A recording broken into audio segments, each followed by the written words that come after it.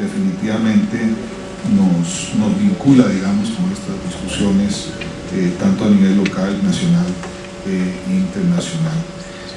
También, bueno, en nombre del CIEP y de la maestría, esta es una cátedra que fue abierta en el marco del posgrado y que apoya la unidad académica y el Centro de Investigaciones, la Vicerrectoría de Docencia y la Facultad de Ciencias Sociales. De nuevo agradecerte, Gerardo, y todos los compañeros de la comisión que están acá presentes y los que no han podido venir para echar adelante este segundo foro universitario sobre seguridad y convivencia democrática. Muchas gracias.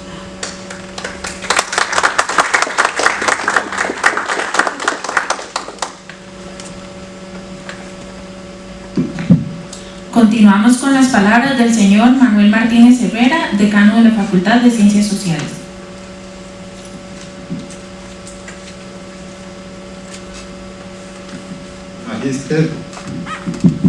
Magíster Fernando Celedón Torres, director de la Escuela de Ciencias Políticas.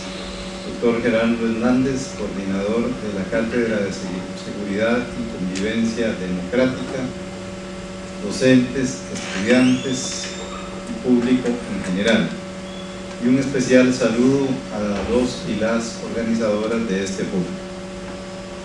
Deseo en primera instancia agradecer la invitación cursada para dirigirles la palabra en la apertura de este importante evento denominado Segundo Foro Universitario sobre Seguridad y Convivencia Democrática, que forma parte de la Cátedra de Seguridad y Convivencia Democrática.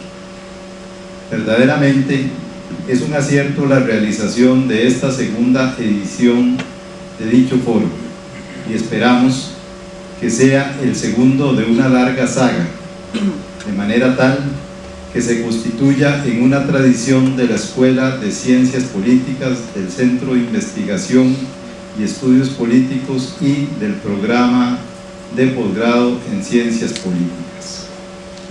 La temática de la seguridad y la convivencia democrática, cuyos bordes muchas veces se friccionan, particularmente en momentos y coyunturas álgidas en detrimento de la otra, constituye un tema de acuciante actualidad que demanda una profunda y serena reflexión, que dé a la vez una contundente respuesta a aquellos discursos que exigen, sin ningún tipo de cortapisas, mano dura, represión y constricción de las libertades democráticas. En los imaginarios sociales, la seguridad ciudadana se constituye en uno de los principales problemas y preocupaciones que apuntan nuestros conciudadanos, lo cual se refleja constantemente en las encuestas de opinión que al efecto se realizan, no pocas veces políticamente manipuladas. Como academia, tenemos el deber y la obligación de arrojar luz sobre esta problemática desde el lugar del conocimiento, la investigación y la reflexión. En muchas ocasiones, los mayores peligros que sobre la convivencia democrática se ciernen no vienen de una exterioridad ajena, como suele creerse, antes bien son nuestros propios miedos, ansiedades, prejuicios e irracionalidades que suelen traducirse en posturas antidemocráticas, autoritarias y francamente discriminatorias, lo que engendra nuevas y mayores amenazas al corpus social, el cual se fractura y violenta aún más.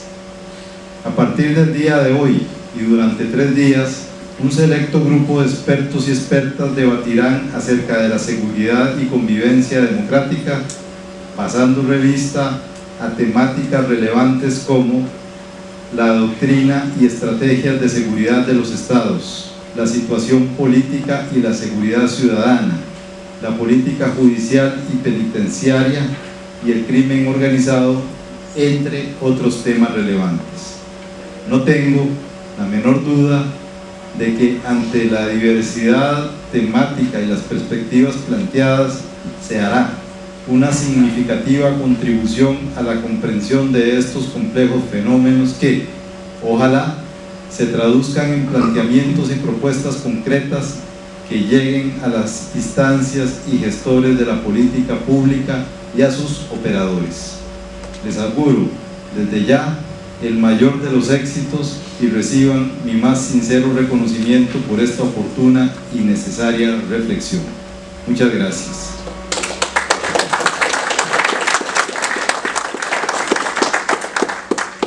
Para continuar, escucharemos el mensaje del señor Gerardo Hernández Naranjo.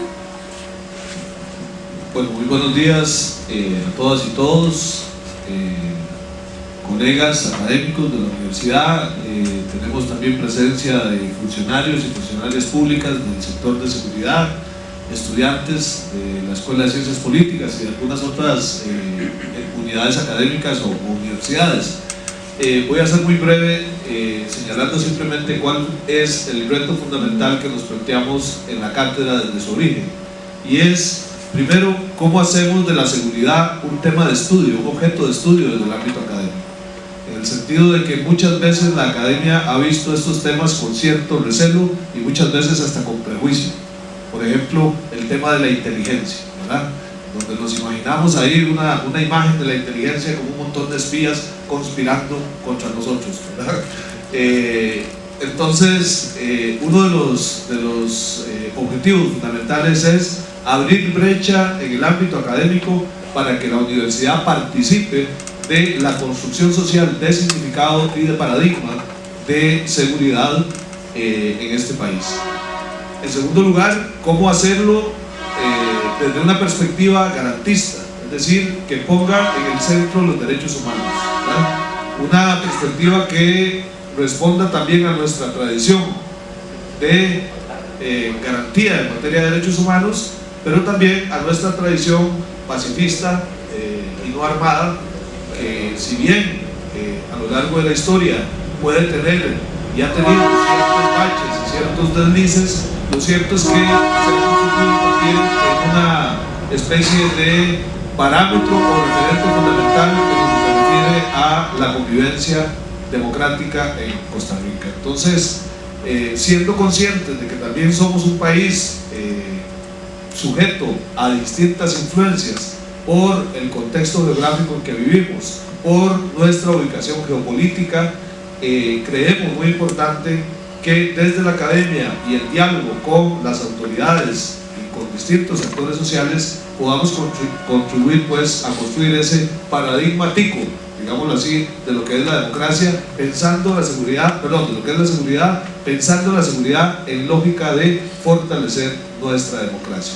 Ese es, digamos, nuestro motivo, y por eso estamos muy contentos de realizar este segundo foro. Agradecemos a todas las personas que han acudido a la convocatoria y igual les vamos a seguir invitando a otra serie de actividades que tenemos planeado realizar.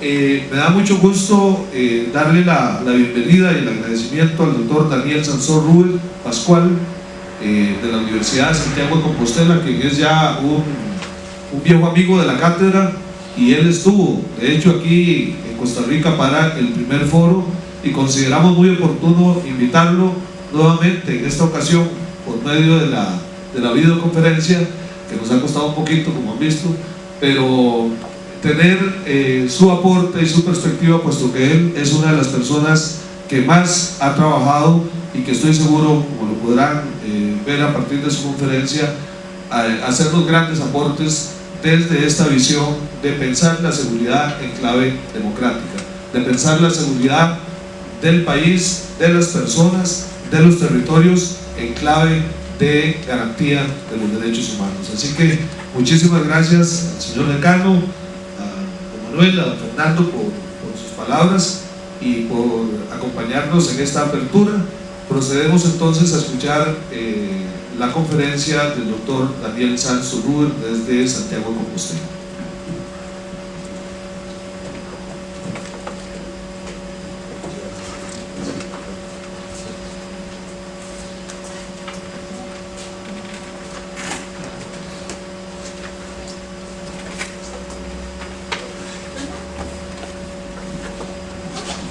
de Daniel. Empezamos.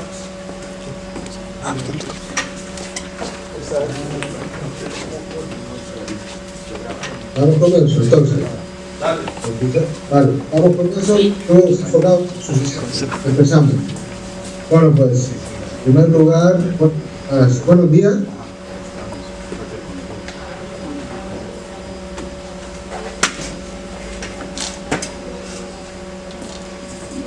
Adelante. Muy bien. Perfecto. Vale, muy amable.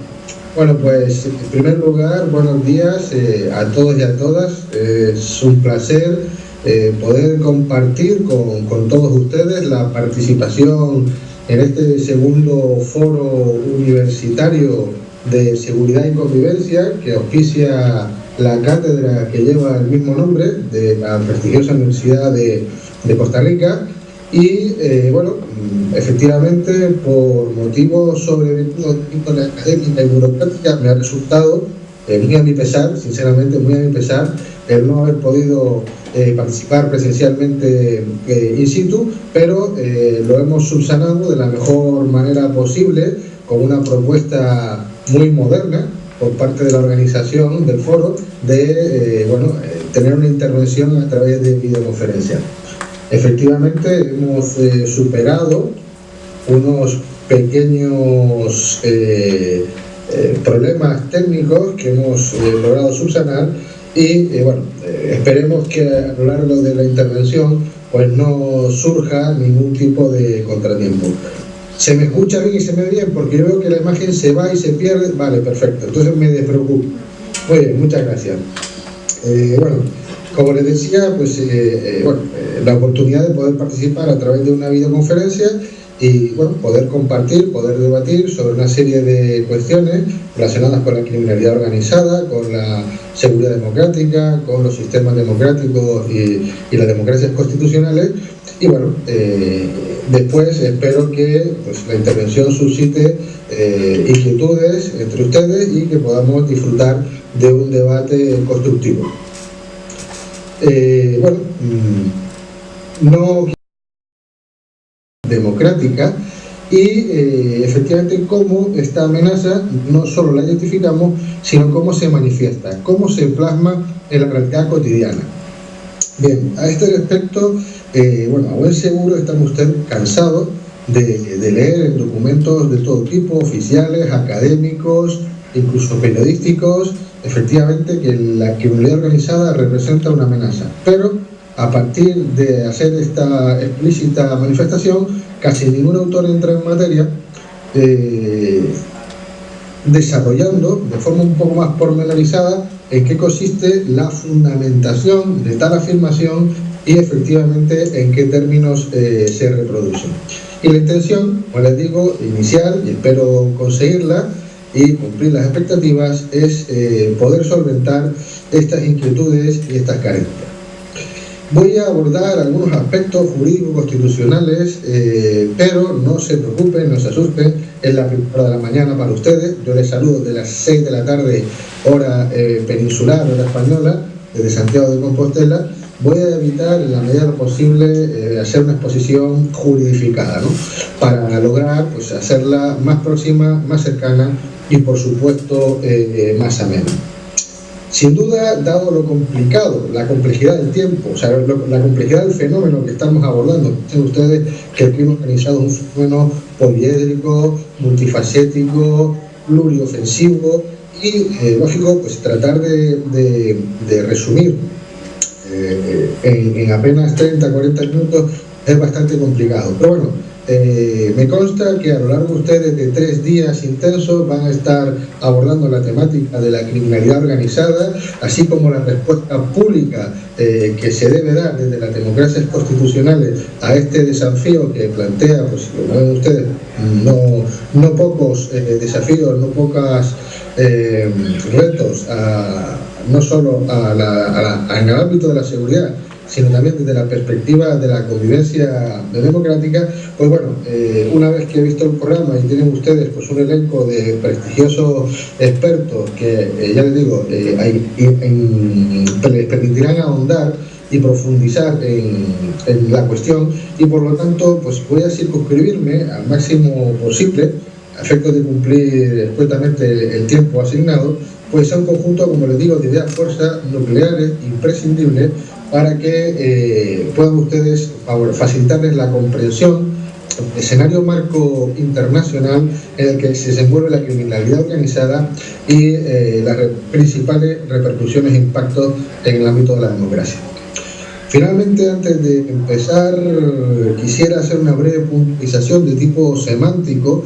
A lo largo de mi intervención emplearé de forma indistinta expresiones como sinónimos, emplearé como sinónimos expresiones como delincuencia organizada, criminalidad organizada, crimen organizado o fenómeno criminal organizado. Efectivamente, hay autores que establecen diferencia entre estos conceptos, pero a mi juicio es un ejercicio que lo único que hace es complicar la aproximación a un fenómeno que es de sí opaco y esquivo para los investigadores. El punto de partida es abordar lógicamente el concepto de crimen organizado con el que queremos trabajar. No pretendo hacer un desarrollo exhaustivo ni explayarme en el contenido, pero sí efectivamente cuando identificamos las distintas manifestaciones de criminalidad organizada, lógicamente nos gusta entender que algunas de esas manifestaciones efectivamente puedan representar una amenaza a la seguridad del Estado o a la viabilidad del Estado o incluso a la democracia, y que no sea meramente pues una cuestión vinculada a la seguridad pública, orden interno de los Estados. Piensen que ustedes que esta dificultad se deriva de un concepto de criminalidad organizada que se ha alcanzado a nivel internacional y que es el que está aceptado en el ámbito de la comunidad internacional, que tiene su fundamento en esa Convención de Naciones Unidas que se celebra en el año 2000.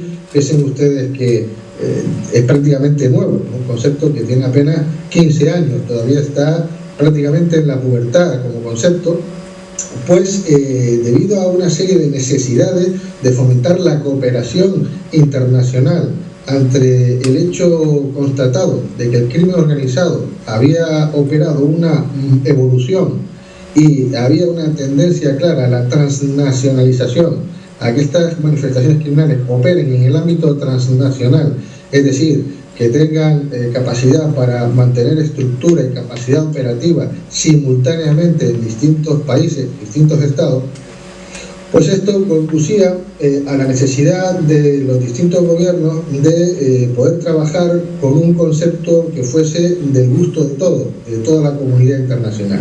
Y claro, el alcance y el acuerdo que se llegó fue un mínimo común. ¿Perdón? Pensé que alguien no era. Bueno, un mínimo común denominador que fue el concepto adoptado en Naciones Unidas.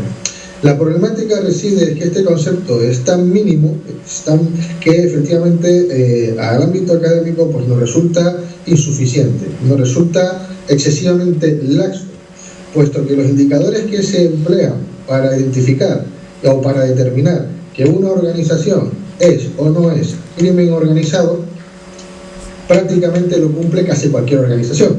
Por lo tanto, cuando hablamos de crimen organizado, si nos circunscribimos al concepto de Naciones Unidas, toda organización prácticamente es crimen organizado. Pero, sin embargo, somos conscientes, cuando abordamos la temática en profundidad, de que existen serias e importantes diferencias. Desde luego, no es lo mismo organizaciones como los cárteles mexicanos que trafican con droga, organizaciones de rancio abolengo en el ámbito criminal, como organizaciones italianas, como las organizaciones de crimen organizado japonesas, desde luego no tienen nada que ver, no se les puede equiparar en términos de peligrosidad y en términos de desafío al Estado y a la democracia que, por ejemplo, un grupo de 5 individuos que se dedican a robar vehículos en San José de Costa Rica, los despiezan y colocan las piezas en Panamá, por citar un ejemplo. Y sin embargo, bajo el criterio de ese concepto mínimo común denominador de Naciones Unidas, todos los ejemplos que he puesto son por igual crimen organizado. Con lo cual, esto nos distorsiona a la hora de abordar políticas públicas que se ajusten a las necesidades que tenemos para poder responder con proporcionalidad dentro del Estado y evitar algo que muchas veces se nos escapa y que es motivo también de reflexión. Y es que no solo se lesiona los sistemas democráticos y no solo se lesiona la convivencia cívica y los parámetros de seguridad desde la amenaza de la criminalidad organizada, sino desde los propios estados. Cuando nos extralimitamos en la respuesta y adoptamos respuestas exacerbadas, nos encontramos en la misma situación que, pretendiendo solventar un problema de seguridad, lo estamos incrementando. ¿Por qué? Porque estamos siendo desproporcionados. Piensen ustedes ni más ni menos una cuestión que está en boga en América Latina, precisamente en Costa Rica no, porque carecen de fuerzas armadas, pero el recurso que se ha hecho en general en la mayoría de los países de América Latina, en mayor o menor medida, exceptuando prácticamente el cono sur, del recurso a las fuerzas armadas para hacer frente a la criminalidad organizada, está generando en muchos países mayores costos constitucionales y un mayor deterioro de la democracia y de las capacidades de una seguridad en términos democráticos de lo que realmente representa la amenaza que pretende combatir. Por lo tanto, hay que entender, y esto es el punto de partida, y con esto termino esta parte más farragosa, conceptual, que el crimen organizado, el concepto de crimen organizado hay que entenderlo como un continuo donde en un extremo se encontrarían las organizaciones menos lesivas, menos graves, y en el otro todo lo contrario, serían las mayores exponentes de la criminalidad organizada.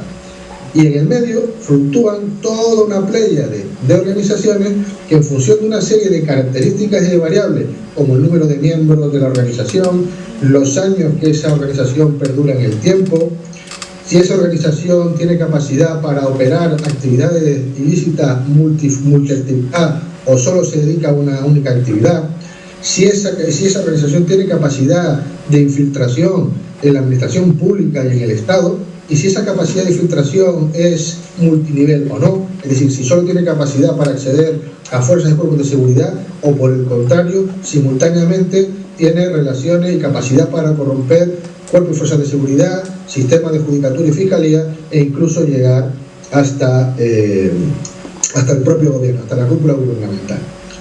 Piensen ustedes que en este continuo es importante porque es una clave clara para poder combatir la criminalidad organizada y desarrollar políticas públicas acordes a nuestros objetivos. Tengan ustedes claro que ninguna organización en origen surge como una manifestación de gran crimen organizado de macrocriminalidad, con capacidad transnacional y con capacidad de corromper el Estado, bien vía amenaza o uso de la amenaza de la violencia, o empleo de la violencia, o bien a través de la corrupción, porque ha adquirido un gran poder económico. Piensen ustedes que hay una serie de factores, que tampoco vamos a entrar a desarrollar, que coadyuvan y que favorecen que en un determinado espacio y en un determinado momento confluyen esos factores y se genera la criminalidad organizada.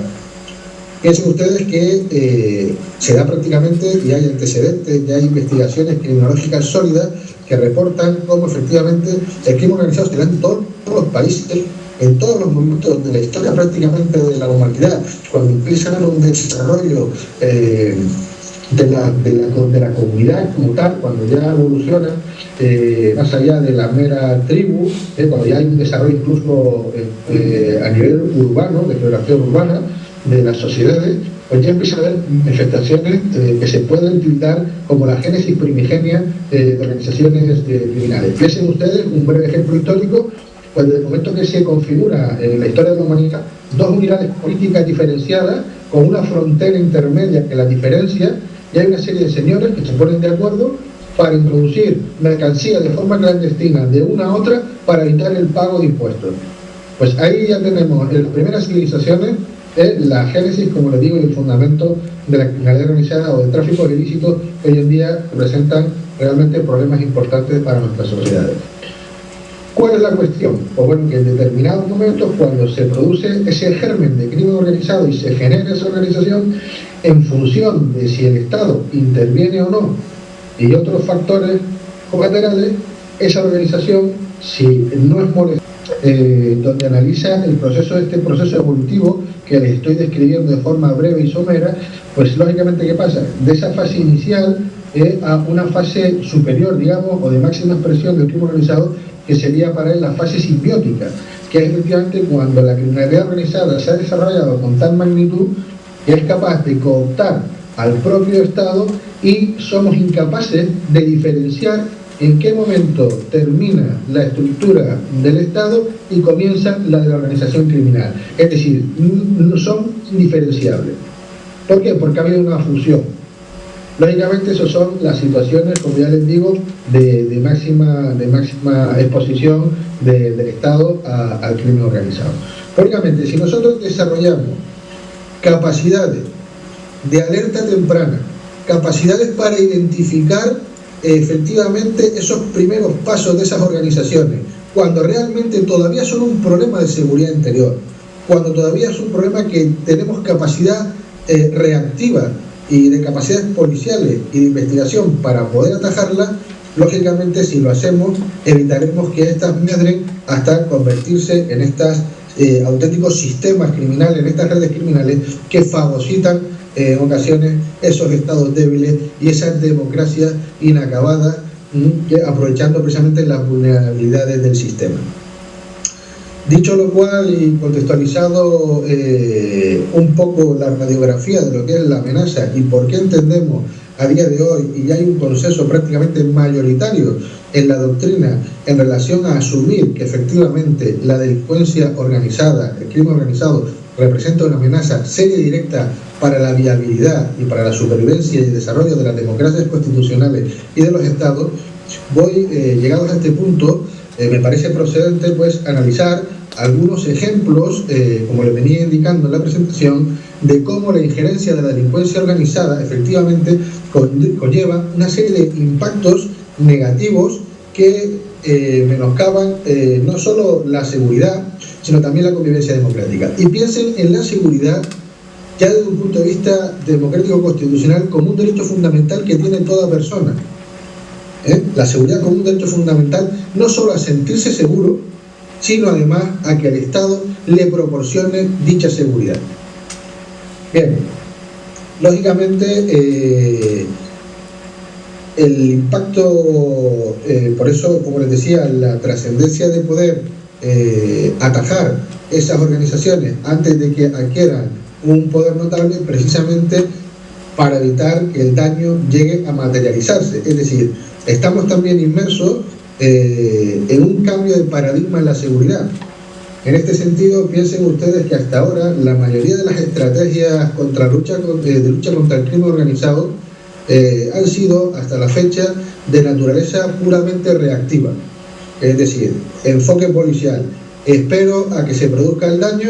Una vez que se produce el daño, que es la manifestación de esa actividad criminal, investigo para identificar cuáles son las personas que son responsables, quiénes son las víctimas, las circunstancias del hecho, y todo eso lo pongo en conocimiento del Poder Judicial, de la Fiscalía, y efectivamente para que estas personas sean procesadas conforme a derecho y cumplan la responsabilidad que le imponga el Poder Judicial. Bien, desde el punto de vista de la criminalidad organizada, esto es un suicidio democrático. ¿Por qué? Porque el impacto y el daño en términos de calidad democrática, en términos de la capacidad que tiene el crimen organizado de conculcar los derechos y las libertades públicas, de contaminar el sistema político y toda una serie de injerencias y embates a los que someten la democracia, llegando a desvirtuarla progresivamente hasta alcanzar, lógicamente, los supuestos más extremos de debilidad estatal, es decir, donde ese sistema democrático constitucional no tiene capacidad de respuesta, al final termina desvirtuando la democracia, vaciándola de contenido, y nos encontramos con algunos escenarios donde simplemente lo que vemos o lo que somos capaces de analizar son democracias puramente formales, democracias de apariencia, porque sustantivamente han sido socavadas por la delincuencia organizada para acomodar ese sistema democrático a sus necesidades y a sus intereses, incluso con situaciones graves de inactuación de la propia Constitución, del propio derecho constitucional. Y a la postre, bajo esa apariencia formal de democracia, lo que encontramos son una suerte de sistemas que son autoritarismo no estatal, pero efectivamente liderado o bajo el influjo de los poderes criminales, ¿no? Como ya les digo, bajo una apariencia formal de democracia. Por lo tanto, como decía el profesor Gerardo Hernández, es crucial en este cambio no esperar a desarrollar políticas públicas de seguridad de tipo reactivo. Hoy en día estamos en otra dinámica, estamos en las políticas públicas de carácter preventivo. Y no solo eso, somos más ambiciosos. Buscamos la proactividad, actuar antes de que se produzca el daño. Y es aquí donde las capacidades de inteligencia y las herramientas que emplean los sistemas de inteligencia son cruciales en la lucha contra el crimen organizado. Y además, digo servicios de inteligencia porque hay que tener claro que no hablamos ni de policía política ni hablamos de ningún otro tipo de ente que vaya por libre fuera del control del gobierno y fuera del ámbito puramente constitucional democrático. Porque como ustedes bien saben, los servicios de inteligencia solo y exclusivamente tienen cabida bajo regímenes democráticos, en el seno de los sistemas democráticos, por lo tanto, con plenas garantías constitucionales y legales. Bueno, algunos ejemplos que me ha parecido interesante evidenciar sobre cómo efectivamente la criminalidad organizada representa un daño a la calidad de la gobernabilidad democrática e incluso de la propia calidad de la democracia, pues bueno, voy a comentarles algunos. Realmente no tiene ningún tipo de prelación ni de orden de relevancia, simplemente eran los que me parecían más interesantes y los he ido anotando y tal cual pues paso a exponérselos en los próximos minutos. Piensen ustedes que tenemos una cuestión que efectivamente no escapa a nadie, como es el caso de que la criminalidad organizada desafía el monopolio estatal de la violencia. Teóricamente uno de los paradigmas del Estado de Derecho y del Estado-Nación es que el Estado acapara el monopolio de la violencia y lo aplica en base a unas limitaciones absolutamente legales que desde luego el crimen organizado no tiene. Y esto lo vemos en muchos países donde las capacidades del crimen organizado para ejercer la violencia superan con mucho e incluso las propias capacidades del Estado a nivel policial y se equiparan con el de las Fuerzas Armadas en cuanto a capacidades de fuego y de generar violencia. Lo cual esto efectivamente pues es un despropósito desde el punto de vista de la democracia. Piensen ustedes igualmente que hay sistemas democráticos que debido a su fragilidad en términos de desarrollo normativo, a día de hoy, en pleno siglo XXI, una cuestión que nos puede sorprender, pero hay países que no han efectuado la transposición de los contenidos de la Convención de Naciones Unidas de lucha contra el crimen organizado. Ojo, a pesar de haber ratificado la convención, a día de hoy se produce una inactuación legal y no han realizado la inclusión de estas herramientas que proporcionan este convenio dentro de su ordenamiento jurídico. Piensen ustedes que a día de hoy hay países que sus legislaciones no cuentan con una normativa legal específica para combatir criminalidad organizada. Piensen ustedes que hay países que es que ni siquiera tienen unidades policiales especializadas, capacitadas y formadas en lucha contra el crimen organizado, y mucho menos su servicio de inteligencia. Más aún, tenemos países donde efectivamente es que ni siquiera existen fiscalías y jueces igualmente especializados debido a la complejidad de las investigaciones de crimen organizado en la materia. Piensen ustedes que una investigación para desarticular parcial o totalmente una organización criminal con un cierto raigambre dentro del sistema institucional que ha podido cooptar, parasitar instituciones, puede tardar una media de 3 años de trabajo, con las complejidades que esto supone.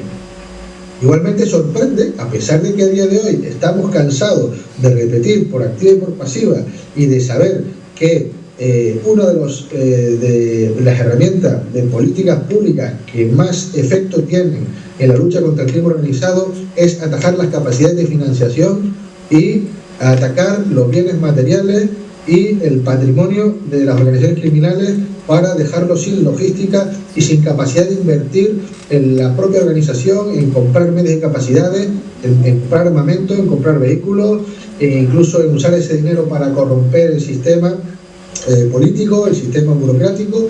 Y a pesar de eso volvemos a encontrarnos que muy pocos estados tienen unidades especializadas, sea de inteligencia económica, sea de unidades de policía financiera, capacitadas en la persecución y el seguimiento de los medios y los bienes de la criminalidad organizada, o que, si los tienen, tengan desarrollada legislación que les permita al Estado decomisar y apoderarse de esas cantidades de dinero y de ese patrimonio y ponerlo al servicio de la sociedad, ponerlo al servicio del Estado, que precisamente para resarcir los daños de la criminalidad organizada, ¿no?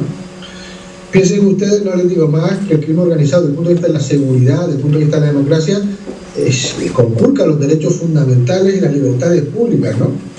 Hay muchísimos ejemplos, desde libertad de prensa que se ve cohibida precisamente por el asesinato y amenaza de periodistas, hasta ejemplos más sangrantes.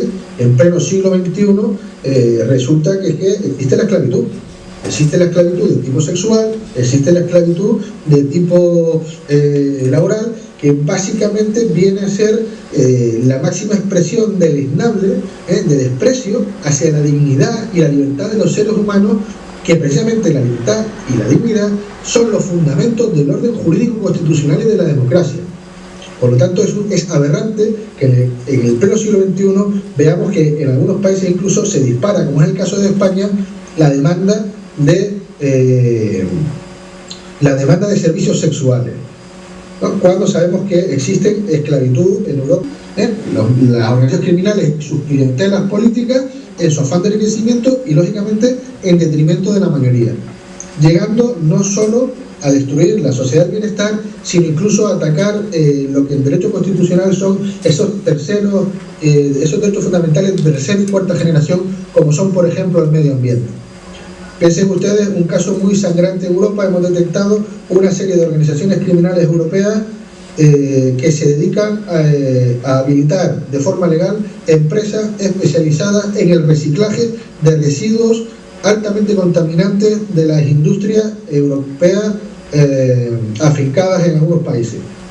Bueno, pues lógicamente ofertan este servicio de reciclaje o bien por un precio inferior al que existe en el mercado, por lo tanto no es competitivo y el empresario les contrata porque es mucho más económico que lo que hay en el mercado, o bien se valen de la corrupción, o bien se valen de la amenaza, el uso de la violencia para conseguir los contratos.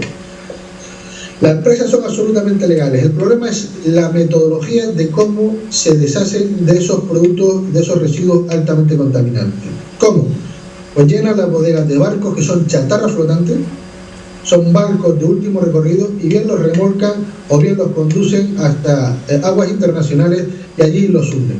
Y por supuesto queda reciclado el residuo, generando que un problema de impacto medioambiental de magnitudes que tendrán su repercusión en el cambio climático y en toda una serie de repercusiones, como ya les digo, en el medio ambiente. Piensen ustedes, sin ir tampoco tan lejos, pues bueno, una serie de comportamientos delictivos como son el tráfico ilícito de especies protegidas, tanto vegetales como animales. Por lo tanto, piensen ustedes, y creo que ya va a ser el último ejemplo, cómo efectivamente la propia criminalidad organizada se encarga de desvirtuar el sistema de partidos, cooptando partidos o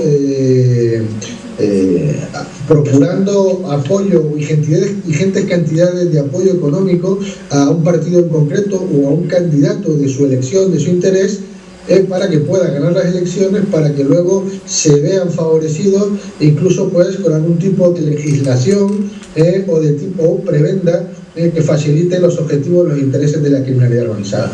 O por ejemplo, como igualmente pervierten el sistema electoral a través de la manipulación del voto cautivo, bien porque movilizan a las clientelas que han ido desarrollando, que han ido alimentando durante años, o al contrario, ejerciendo la violencia y secuestrando ese voto cautivo, y obligando a aquellas personas en aquellos espacios, en aquellos territorios donde controlan el poder, donde tienen el poder, donde tienen el control efectivo en detrimento del Estado, obligándoles a votar a base de intimidación y de violencia en aquellas candidaturas que van a proporcionarles algún tipo de beneficio.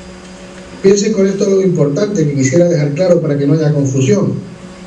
La criminalidad organizada a priori es apolítica, es decir, mientras el sistema que esté en el poder le beneficie y atienda sus intereses, sea débil, les permite influenciarlo e ingerir en la agenda pública del Estado, le va a dar igual el sesgo que tenga ese partido político o ese liderazgo. O sea, a día de hoy, aunque hay algunos actores que manifiestan que algunas organizaciones criminales tienen un cierto interés en convertirse en actores políticos, la gran mayoría de la doctrina no lo compartimos, no lo tenemos claro. Habría que atender al caso concreto. De hecho, básicamente es en relación a las maras y El Salvador, donde sí se está empezando a hablar que efectivamente el fenómeno de las maras, la Mara 18 y la Mara Salvatrucha 13 tienen un interés en transformarse en actores políticos en El Salvador. Pero sería un caso muy concreto que yo no lo tengo muy claro y que tengo pendiente de analizar y de profundizar. Bueno, creo sin duda que después de todos estos ejemplos que representan un buen elenco, bastante aleccionador, desgraciadamente, de cómo la criminalidad organizada pues, efectivamente menoscaba la seguridad e interfiere en el normal desarrollo de la convivencia democrática. Bien. Básicamente el escenario, como les digo, a nivel internacional es bastante desalentador y con esto ya me voy aproximando a la conclusión de mi intervención para respetar esos 40 minutos de tiempo. Y la verdad que nos encontramos efectivamente con una serie de situaciones que somos capaces de identificar bastante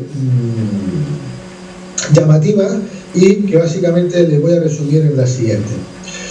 Nos llama la atención efectivamente encontrarnos espacios donde la respuesta estatal a la criminalidad organizada es nula, es decir, no existe ningún tipo de política o de estrategia específica prevista ni contemplada para abordar el fenómeno de la criminalidad organizada.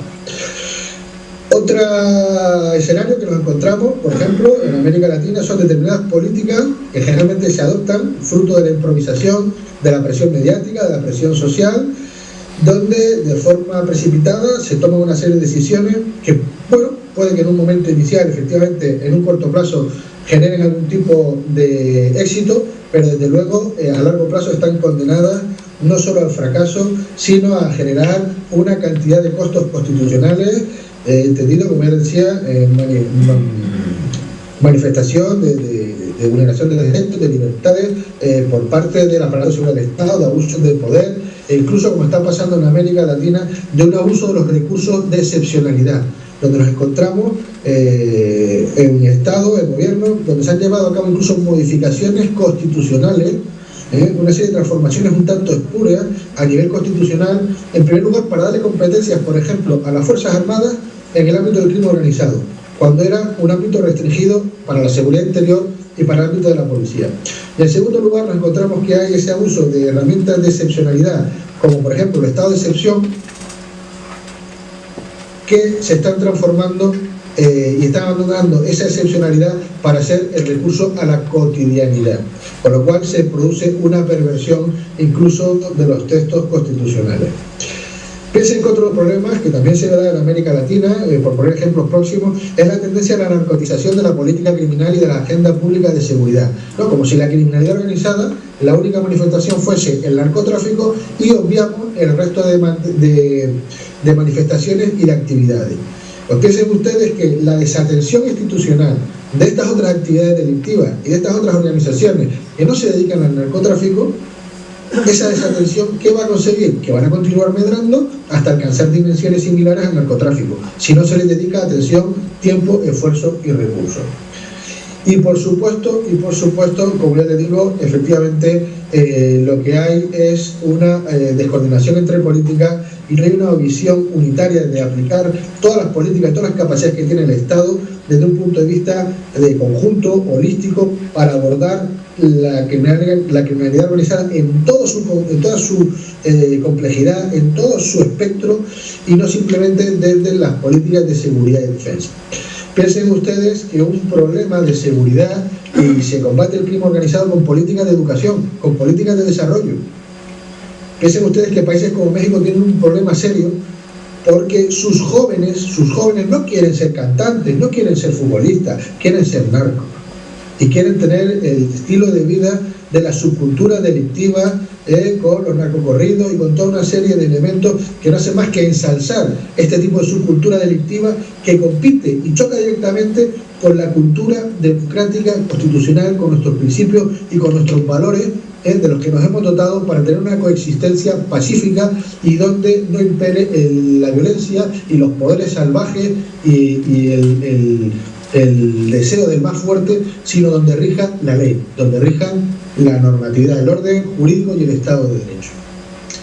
Por lo tanto, y con esto ya concluyo, con una serie de ideas, lógicamente, a modo de colofón, pues lo que les quería decir, pues recalcarles que esas políticas puramente reactivas pues no van a ningún lado, no fructifican y que por lo tanto es imprescindible el recurso a las capacidades de inteligencia, sumado a todas aquellas iniciativas que vayan orientadas, sin lugar a dudas, al fortalecimiento democrático institucional, a la institucionalización. Piensen ustedes que es demencial que haya países donde partes del aparato de seguridad del Estado tan sensibles como sus servicios de inteligencia, del total de sus integrantes, apenas un 2% son funcionarios públicos. El resto son contratados laborales que entran y salen del servicio como si prestasen otro tipo de trabajo y de labor en otra parte de la administración pública, con lo que supone eso de poner en peligro cuestiones de alta sensibilidad que manejan los servicios de inteligencia. Pues lógicamente fortalecimiento democrático, institucionalización y por supuesto hacer hincapié, porque aquí la ciudadanía cívica, la sociedad civil tiene un peso importantísimo en la lucha contra el crimen organizado y por lo tanto la generación de una ciudadanía democrática, crítica y comprometida con los valores y con los principios democráticos, por lo tanto fomentar el sentimiento constitucional y la adscripción al Estado de Derecho son fundamentales. Porque así evitaremos el desarrollo de clientelas políticas, evitaremos cultura de la dádiva y de la corrupción en la administración pública, evitaremos que la gente tenga la cultura del enriquecimiento a toda costa, la cultura del pelotazo, del éxito fácil, donde no haya ningún tipo de empatía con el resto de miembros que integran la sociedad. Por lo tanto, toda una serie de elementos que fortalecen la ciudadanía frente a la amenaza del crimen organizado. ¿Y todo esto con qué objetivo? Pues muy fácil, alcanzar la consecución y desarrollo de una seguridad democrática, porque se puede alcanzar una seguridad democrática que sea respetuosa con los derechos humanos, de tal manera que no es válido, no podemos admitir en un Estado de Derecho y en una democracia constitucional que para alcanzar determinados niveles de seguridad haya que conculcar libertades públicas. Es decir, esa tensión entre ese equilibrio entre seguridad y libertad que en Europa estamos viviendo muy de cerca por la amenaza del terrorismo, se puede extrapolar al crimen organizado. Desde luego es necesario que exista seguridad para que pueda desarrollarse la libertad y después desarrollarse otros muchos valores y principios democráticos. Pero no necesariamente hay que sacrificar libertad para alcanzar mayores cuotas de seguridad. Por lo tanto, es lograr la garantía de la protección fáctica del ejercicio de los derechos humanos y libertades públicas bajo cualquier circunstancia, bajo cualquier escenario. Han suscitado estos 40 minutos donde les he tratado de compartir algunas ideas que entiendo que son relevantes. Muchas gracias a todos ustedes.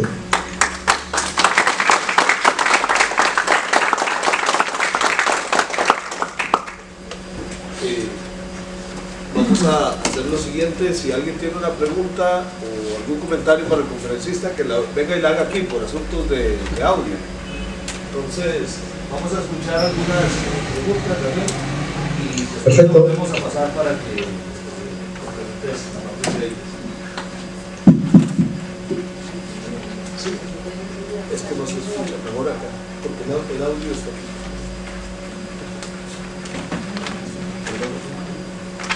Sí, sí.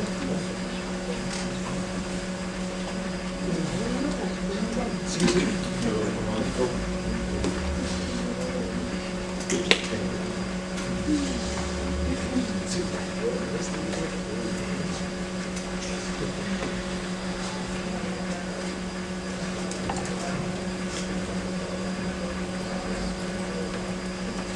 primero, comentarle que me pareció muy interesante su presentación y como parte del comité de la cátedra, y para efectos académicos quisiera que nos ayudara a diferenciar entre el crimen organizado, tal como usted lo presentó, pero también ahí en la última parte de su intervención habló del terrorismo. Y es que en el discurso, cuando se habla de medidas para contrarrestar el terrorismo, uno de los elementos es precisamente el atacar las fuentes del financiamiento. Entonces ahí hay como un vínculo entre los dos, ¿verdad? El crimen organizado y cuando se habla obviamente de terrorismo. Mi preocupación va cuando, para desarticular la participación de los movimientos sociales en manifestaciones, en amenazas que se ven cuando se está gestando un movimiento de protesta, en el discurso mediático o bien las autoridades hablan, los califican de terroristas. Entonces quisiera que nos aclararan un poco cómo se utiliza también ese discurso de una forma precisamente para desautorizar a los movimientos sociales. Entonces, espero que esté claro la pregunta. En todo caso podemos hacer un pequeño diálogo si me lo permite. Gracias.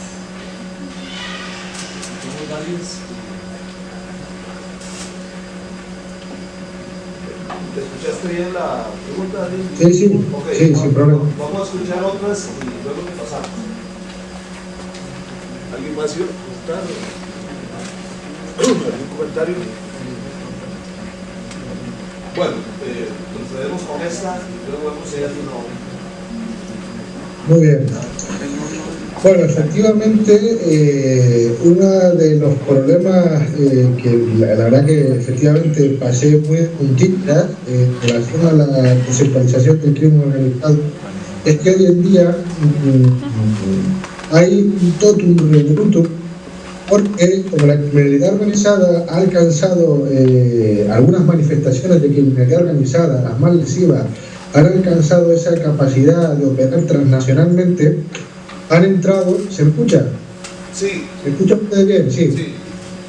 Bueno, pues como le digo, estas manifestaciones de crimen organizado han entrado a clasificarse bajo el rubro que se usa en ciencia política de actores armados no estatales. Y aquí se genera un problema. ¿Por qué? Porque bajo ese rubro nos encontramos que está el terrorismo internacional, está la criminalidad organizada transnacional, están la guerrilla, están los paramilitares, están los grupos rebeldes, están los señores de la guerra, están la insurgencia. Y claro, el problema es quién es quién y qué caracteriza a cada cual. Y aquí es donde empezamos a complicarlo aún más, porque resulta que si ustedes cogen algunos textos de autores en los últimos 2 años, empiezan a hablar de insurgencia criminal. Es decir, el problema de México no es de crimen organizado, es de insurgencia criminal, y ya lo complicamos. O incluso de neoinsurgencia, y ya, bueno, o protoinsurgencia. O sea, ya se han creado una serie de neologismos que, en vez de clarificar el escenario de los fenómenos complejos que recurren a metodologías delictivas, bien para sufragarse, como es el caso del terrorismo. Efectivamente hay una vinculación de crimen organizado y terrorismo, básicamente porque el terrorismo requiere de financiación para poder mantener sus campañas de lucha armada. Su objetivo no es el tráfico de estupefacientes, el tráfico de hachís, o el tráfico de cocaína, o el tráfico de armas. Es un medio para conseguir un fin, que es mantener activa la lucha armada y capacidades de la organización. Pues, lógicamente, ya le digo, esto lo único que hace es complicar mucho más el escenario. ¿Por qué? Porque al mismo tiempo el crimen organizado se ha dado cuenta que el terrorismo puede ser una metodología. Es decir, yo puedo usar el terrorismo como estrategia. ¿Cómo? ¿Para qué? Para proyectar el miedo en mi adversario con el fin de desincentivar sus capacidades de respuesta o infundirle el miedo para que no se enfrente a mí. Piensen ustedes, efectivamente, en México algunos cárteles han recurrido a atentados con coche bomba. Pablo Escobar, en los años 80, recurrió a atentados a coches bomba, también en su confrontación con el Estado. En Italia, la mafia siciliana, bajo el liderazgo de Totò Riina, finales de la década de los 80, principios de la década de los 90, su confrontación con el Estado, recurre también a los atentados para tratar de amedrentar a una judicatura incipiente que estaba combatiendo de forma muy activa y con determinación el crimen organizado italiano. Les recuerdo la figura clásica y comprometida en la lucha contra el crimen organizado del juez Falcone y del juez Borsellino. Entonces aquí nos damos cuenta que hay una mezcla de características. ¿Por qué? Porque realmente son fenómenos complejos y esa complejidad hace que absorban y que de una forma pragmática tanto el crimen organizado como el terrorismo, como la insurgencia, como los paramilitares, como la guerrilla, decidan incorporar en su acervo de características aquellos elementos o aquellas metodologías que funcionan aunque pertenezcan, digamos, en origen a otros fenómenos que no les corresponden. ¿Qué pasa? Que esto es aprovechado por el Estado y por muchos ejecutivos. ¿Por qué? Pues una cuestión muy sencilla, que hay una cierta perversión legal, un tanto espúrea por parte de los ejecutivos, de los gobiernos. ¿Por qué? Porque si yo consigo, en la medida de lo posible, vincular a un grupo organizado con el terrorismo, y he empezado a hablar de narcoterrorismo, de narcoguerrilla, ¿qué consigo? Consigo el acceso a poder aplicar una serie de medidas legislativas de tipo excepcional que están planteadas para combatir el terrorismo, pero que no se contemplan para combatir el crimen organizado. Pero si yo consigo vender a la opinión pública y hacer ver que claro, es crimen organizado, pero que realmente son narcoterroristas porque emplean la metodología del terrorismo, desvirtúo un poco el concepto de origen y lo que consigo es justificar una serie de medidas que no habría forma de emplearla si efectivamente afrontásemos la criminalidad organizada de la misma forma. Y en relación con los movimientos sociales, ya es una cuestión más complicada porque efectivamente, igual que la criminalidad organizada, tiene sus bases de apoyo social. Recordemos que el crimen organizado provee de bienes y de servicios en muchos espacios donde el Estado no lo hace, que el crimen organizado es una fuente de trabajo donde el Estado no lo provee, donde el crimen organizado es una forma de movilidad social ascendente y además muy rápida. Personas que siguiendo las pautas ordinarias sociales no tienen capacidad de crecer socialmente y de alcanzar un estatus social mayor, a través del crimen organizado sí lo consiguen. Pues, lógicamente esas personas que se ven favorecidas por el crimen organizado van a apoyar conforman su base social. Y con los terroristas pasa lo mismo. ¿Cuál es la cuestión? Pues ahí es diferenciar las ideas de las actividades. Si piensen, considero que España, con sus defectos, que los tenemos, es una democracia y no creo que nadie ponga en tela de juicio que efectivamente España es una democracia, ya digo, con sus falencias y con sus carencias. Pero sin embargo tenemos una legislación que se aprobó precisamente por nuestra experiencia con el terrorismo, donde efectivamente, si se dan una serie de circunstancias, se puede prohibir partidos políticos. No se están prohibiendo el que una persona tenga una determinada idea, sino que se use el aparato del Estado, del aparato de ese partido político para apoyar actividades terroristas. Es decir, lo que se está castigando son las actividades de apoyo conducentes a, darle algún tipo de soporte, pero no se tenga que una persona quiera la independencia de una parte de España. ¿Qué pasa? Lo único que sí es verdad, que eso también lo contemplamos en nuestro Código Penal, es el enaltecimiento del terrorismo, que sí está castigado. Es decir, manifestaciones públicas donde las personas lo que hacen es enaltecer simbología o otro tipo de elementos vinculados directamente con organizaciones terroristas que lógicamente son declaradas ilegales en España. Eso es la fórmula. ¿Qué pasa? Que efectivamente lo que les digo, aunque tengamos las normas y tengamos claro cuáles son los conceptos, sí que hay una tendencia generalmente a aplicar de forma interesada para poder beneficiarme como Estado y tener una capacidad mucho más amplia de intervención excepcional, de limitar libertades y de conculcar garantías, que sí recogen las legislaciones antiterroristas y que nadie discute, pero que si se aplicasen al crimen organizado generarían problemas legales. No sé si con esto he conseguido darle una visión orientativa.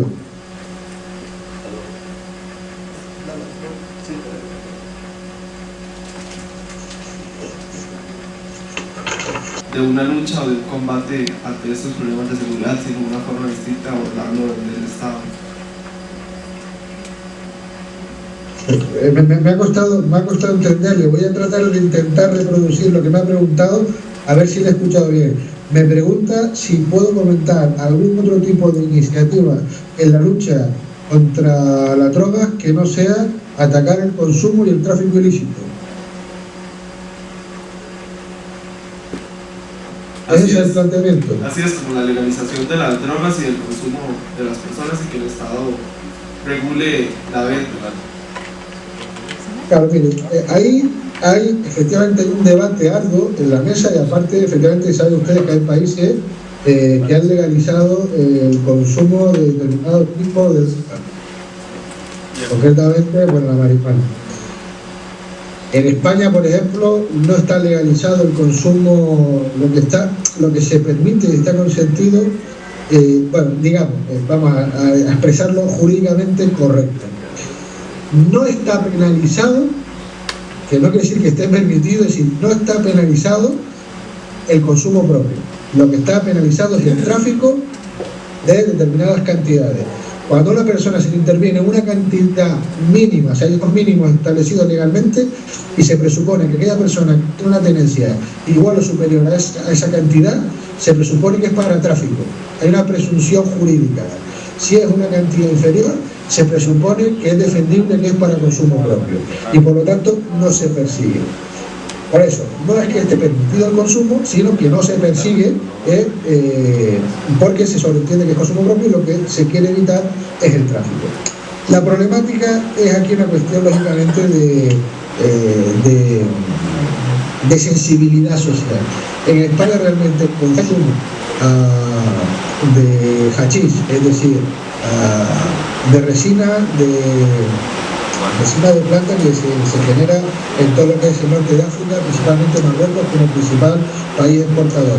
Y el consumo de marihuana está socialmente, bueno, hay una cierta relax social, es decir, no están, digamos, socialmente condenados, ¿no? Hay una cierta laxitud social, como para, bueno, aquel que quiera y se lo pueda permitir, pues que consume este tipo de drogas.